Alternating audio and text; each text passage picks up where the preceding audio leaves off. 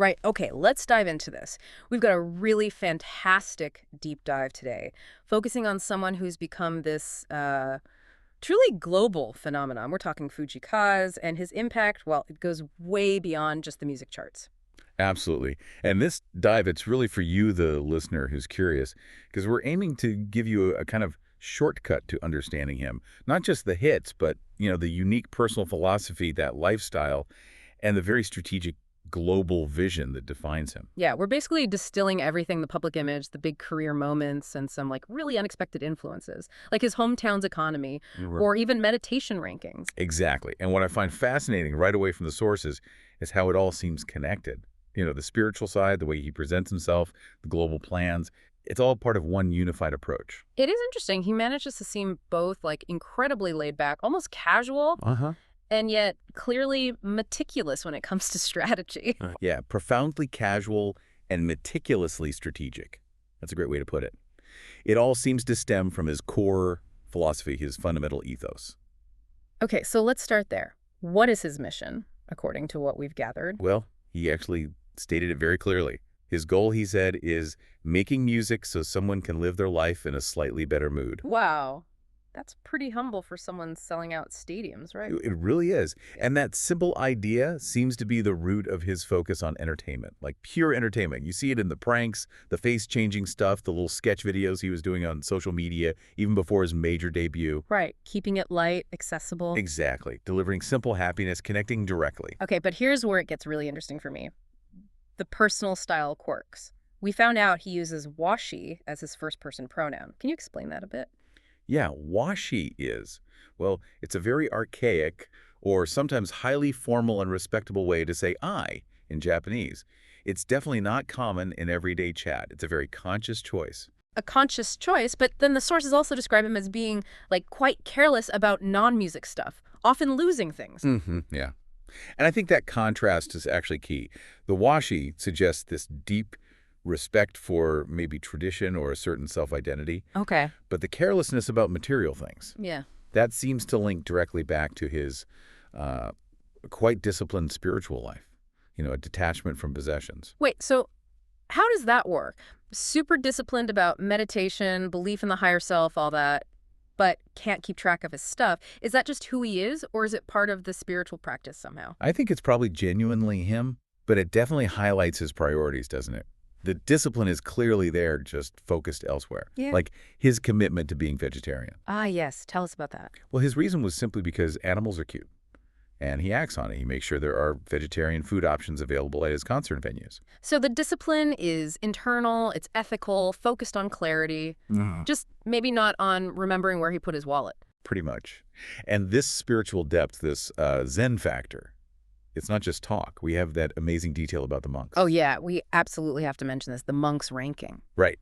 So in a TV broadcast back in 2022, Fujii Kaze was ranked as the #1 artist that Buddhist monks listen to when they specifically want to calm their minds. That's just astonishing data. He had beat out some major figures, Ro. Huge names, like Ringo Shiina was #2, Miyuki Nakajima #3. So he's top of the list for people whose whole job is essentially finding calm. It really elevates the music, doesn't it? Beyond just entertainment, it's almost like therapeutic audio. It lends a lot of weight to the idea that his quiet presence is the attraction. There's that quote from concert promoter Shinji Goto. What did he say? He described Kaze as the first star with absolutely no pressure aura. People gather just by him standing, smiling, being there. The calm energy is the star power. And that calm, maybe unconventional approach, it carries over into his professional choices too, like no official fan club. Yeah, none.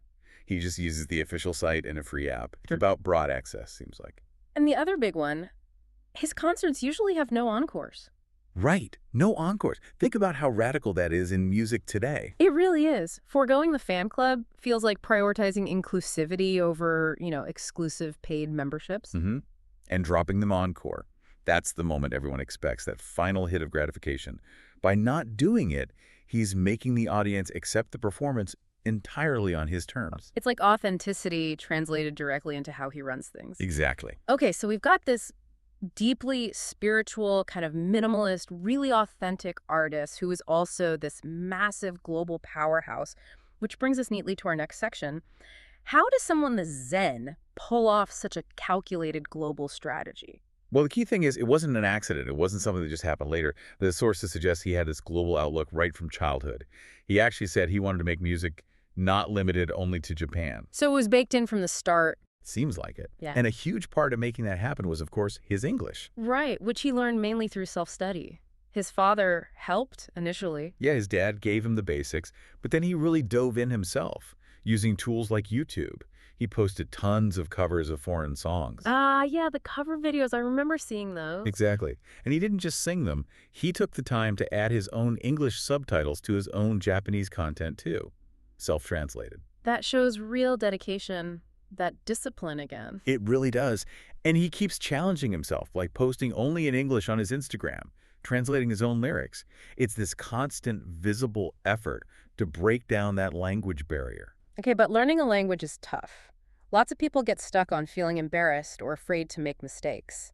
Did he ever give advice on that? I remember reading something quite striking. He did, yeah, during a live stream.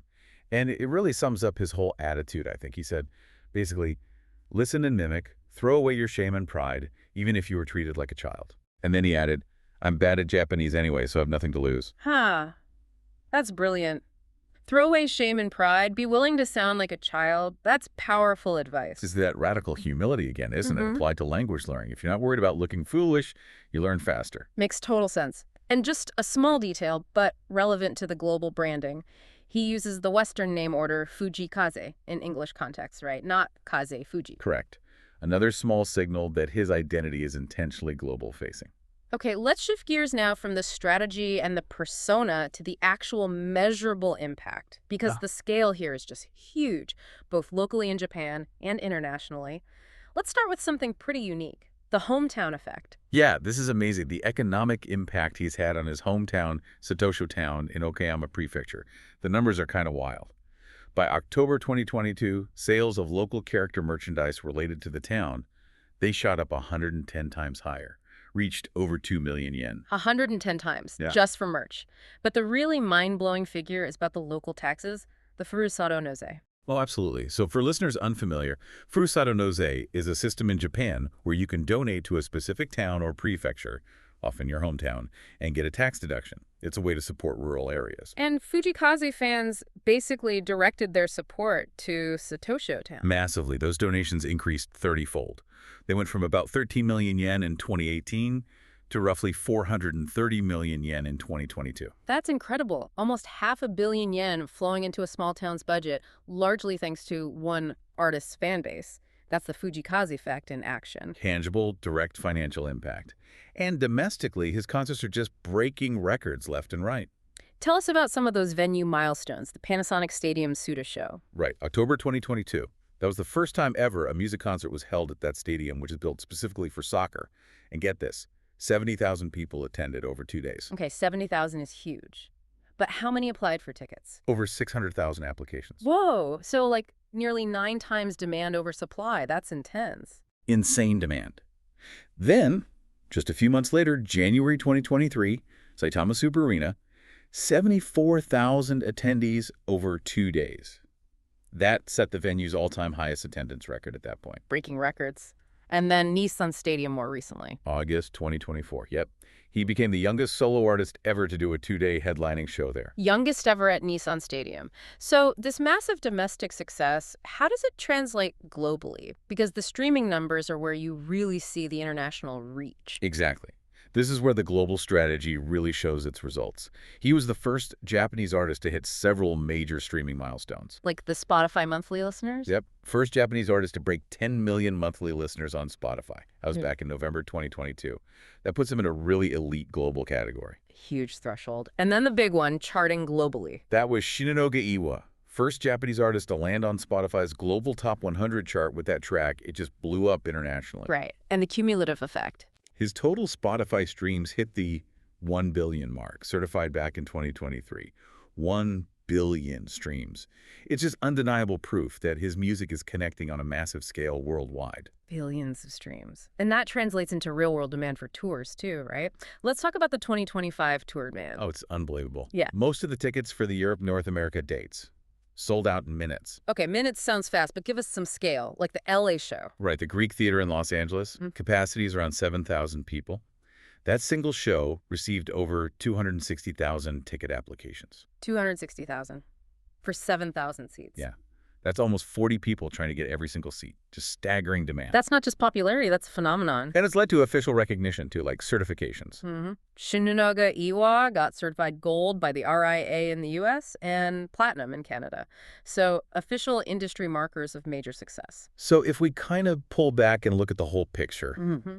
what's the big takeaway here? I think what we see is this really clear, strong link between his radical authenticity, the vegetarianism, the meditation, Yeah. using washi, not doing encores, no fan club, and this absolutely radical level of success. It's like he broke the rules or maybe just ignored them and made his own. Exactly. He defined his own terms, and the audience just responded incredibly powerfully to that honesty, perhaps. Yeah, it feels like the sources paint this picture of him as almost an anti-celebrity, someone who hit it big internationally, not by chasing trends, but by just being intensely himself, sticking to that unique spiritual mission and finding a way to share it.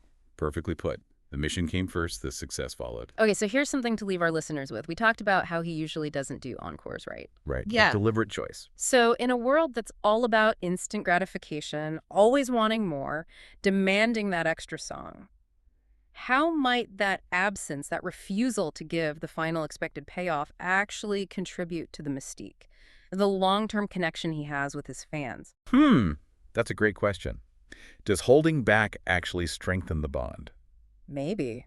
Something for you to think about after this deep dive.